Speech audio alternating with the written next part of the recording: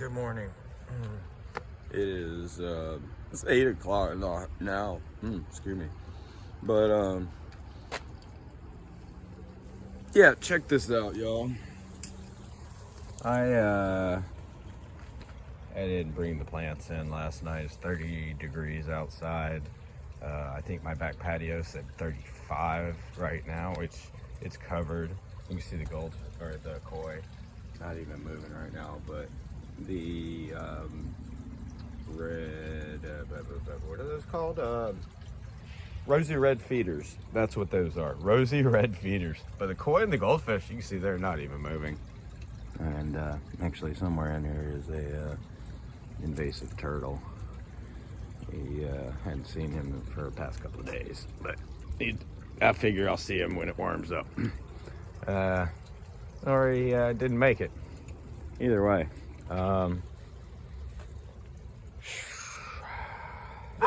Yeah, so the plants, dang it, dog.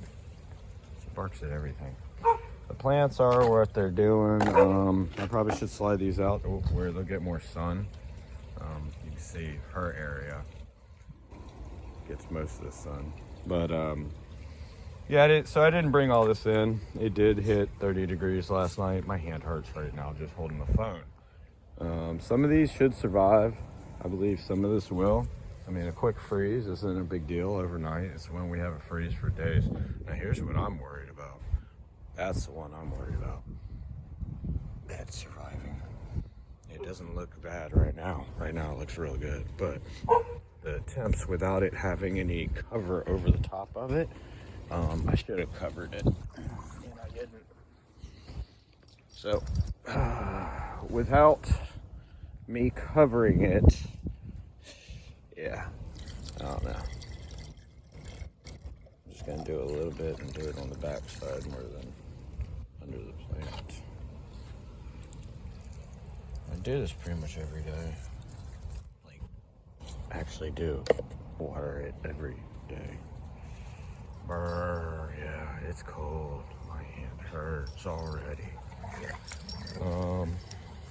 Pretty soon, like you see the tops of these wilting of a, that's a sweet potato vine, I believe. Purple sweet potato vine. I don't know what you call it. I don't think they're edible. I think it's ornamental. But they're starting to wilt on top from the cold. Last year we saw wind that had cut through these certain areas.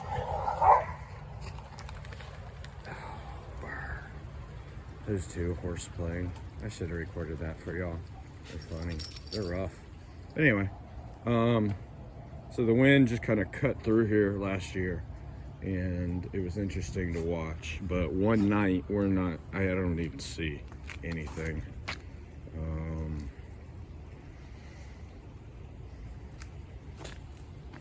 Yeah, everything looks pretty good. The bananas are supposed to be cold tolerant to some extent. They might die back, but they'll come back.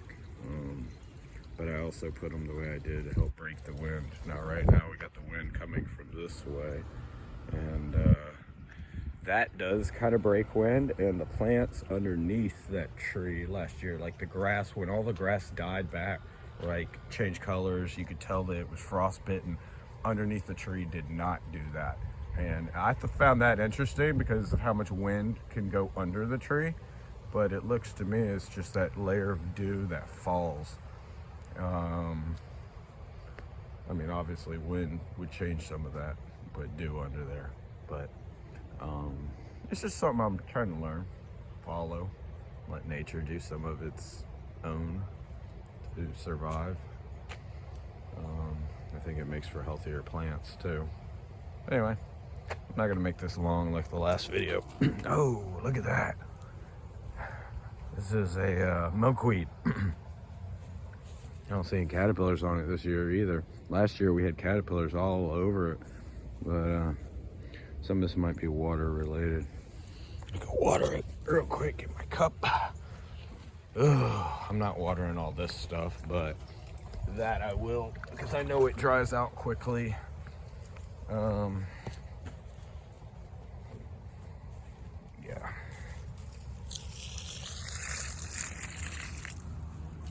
Really, I should bring that in. This thing I left out last year, it dies back as a Suriname cherry. I only know that because my mom has one. So that was the pot I tried to do a kiwi a few years ago. And I guess I put Suriname cherries in there too. I don't even remember bringing them. But it's what it is.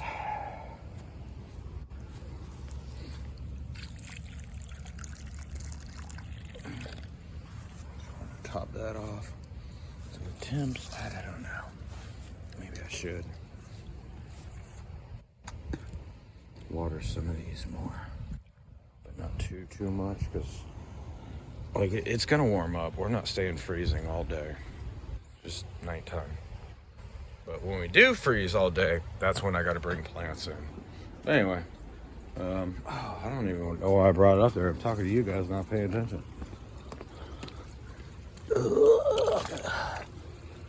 Keep an eye on that.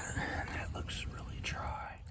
Some of these evaporate really quickly, so I have to water more often. Like this guy. The palms seem like they need a lot of water all the time. But those evaporate quickly, the little trays. The things that evaporate all the time, you gotta water all the time, like this stinking thing. But this thing drips out the bottom, so it's different. And in this case, like I said, I just wanted to get it on the backside. If it hurts these other trees being too cold, it's one thing. But this little guy just wants some water underneath, moisture for it. I don't want to soak him down. Alrighty, well, that's that, guys. I'm about to take these two inside. My hands, oh my gosh, y'all. They hurt. It's cold. Should have put gloves on. All right, kids. Y'all ready to go in? Come on, Rebel. Let's go in. Let's say bye to everybody. Where are you going? I'm over here. Come on. She just wants to sniff. That's our little hunter. Come on. Inside. Inside. There you go. Oh, shoot. So eager, so eager. She jumps the fence, and like I said, she ran around down south. She doesn't listen when she gets off usually, but around here she does. All right, y'all. Have a good afternoon. Stay warm.